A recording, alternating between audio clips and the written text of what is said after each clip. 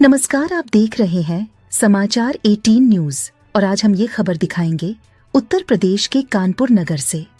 All India regional rural bank employees association के पदाधिकारियों का गांची प्रतिमा के समक्ष सामूहिक उपवास।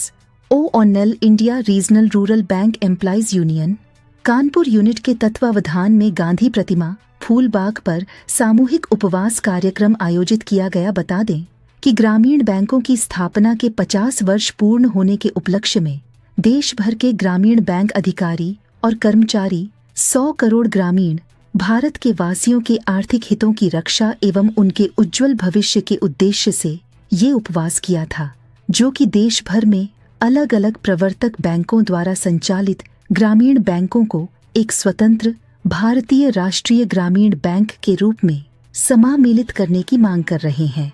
उपवास के दौरान मुख्य आयोजक ने बताया कि वर्तमान में ग्रामीण बैंक न केवल हर सरकारी नीति में अपने ग्रामीण ग्राहकों की सेवा में अग्रणी है, बल्कि वित्तीय समावेशन, व्यवसाय एवं लाभ के मानकों में भी शीर्ष स्थान पर है। इसी के चलते ग्रामीण बैंक अधिकारी और कर्मचारी इस मांग को जोर शोर से उठा रहे हैं कि एक राष्ट्र एक ग्रामीण बैंक की भावना को साकार करते हुए भारतीय राष्ट्रीय ग्रामीण बैंक की स्थापना की जाए। उत्तर प्रदेश के कानपुर नगर से जिला ब्यूरो चीफ सागर गुप्ता की खास रिपोर्ट। देखिए, मैं ग्रामीण बैंक की जो एसोसिएशन है, all India regional rural bank employees association, उसकी अधिकारी फोरम का राष्ट्रीय अध्यक्ष हूँ, शगुन शुक्ला। आज ये कार्यक्रम केंद्रीय संगठन के आह्वान पर पूरे देश भर में हर जिले में आयोजित किया जा रहा है। गांधी प्रतिमा के सामने गांधी प्रतिमा और आज का 2 अक्टूबर चुनने के कारण ये है कि ये जो ग्रामीण बैंक संस्था है, ये आज ही के दिन 2 अक्टूबर 1975 को इसने जन्म लिया था और 50 वर्ष स्थापना के पूरे हो रहे हैं। इस प्रकार हमारी संस्था का भी 50 वर्ष पूरा हो रहा है और 50 वर्ष में हमारी क्या उपलब्धि है वो हमने एक अपने पंपलेट के माध्यम से सभी को जारी किया है। हम आज देश में सबसे बड़े व्यावसायिक बैंक के रूप में उभर कर आ चुके हैं। 6वीं हमारी सरकारी बैंक की स्थिति है। शाखाओं के आधार पर सबसे बड़े बैंक हैं। जब सबसे बड़े बैंक हम करते हैं तो उसमें स्टेट बैंक भी आ जाता है। आज हम 42 करोड़ कस्टमर हैं हमारे पास, जो ग्रामीण भारत के कस्टमर हैं, निर्धन लोग, गरीब लोग हैं। हर पैमाने पर हमने आज सरकार के सामने अपने एक बड़े अस्तित्व का प्रश्न रखा है और उसी के तहत आज 50वें वर्ष में पूरे देश भर से ये मांग उठा रहे हैं कि इसको एक करके, क्योंकि देश भर में 43 ग्रामीण बैंक है विभिन्न नामों से, जैसे कानपुर में बड़ौदा यूपी बैंक है, इसी तरीके से लखनऊ में आर्यावर्त बैंक है, इसी तरीके से मुरादाबाद में प्रथमा बैंक है।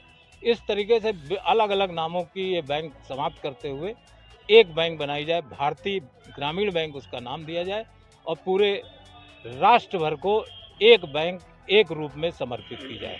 ये हमारी पहली आज की डेट में एक 42 करोड़ कस्टमरों के हितों की रक्षा के लिए और साथ में जो 42 करोड़ लोग ग्रामीण भारत के बचे हुए हैं, जिन तक अभी कोई भी बैंक अगर पहुंच भी पा रही तो उसकी अपनी सीमाएं हैं और हमारी पहुंच के अंदर है तो हम उन तक पहुंच सकें। दूसरा ये है कि एक मानवीय दृष्टिकोण से, हालांकि 1 दशक से इस सरकार से मांग की जा रही है, जितने भी डेली वेजर्स हैं 22,000 शाखाओं में, पिछले 15 से 20 साल से उन्हें कंफर्म नहीं किया जा रहा है। वो डेली वेज पे चल रहे हैं, जबकि ऐसा भारत में किसी भी संस्था में नहीं है। जबकि वो रिक्त पद है, मतलब जो नियम लागू हैं उसके हिसाब से चपरासी का जो स्थायी पद है उसकी जगह वो डेली वेजर काम कर रहे हैं। तो ये भी एक आज मानवीय दृष्टिकोण से हमारी मांग इसके माध्यम से है कि इन सभी को नियमित किया जाए और इनके भविष्य को संरक्षित किया जाए। यही 4-5 प्रमुख मांगें हैं। तीसरी जो सबसे प्रमुख मांग है कि आज की डेट में निजीकरण का जो माहौल चल रहा है और निजी बैंकें जा के बढ़िया संसाधनों के माध्यम से जो कंपटीशन कर रही हैं, उसको बीट करने के लिए ये सरकारी विश्वसनीय संस्था को भी उतना ही टेक्नोलॉजी और डिजिटल सुविधाओं से और इसका इंफ्रास्ट्रक्चर मजबूत किया जाए। जबकि 3 शेयर होल्डर हैं हिंदुस्तान के अंदर।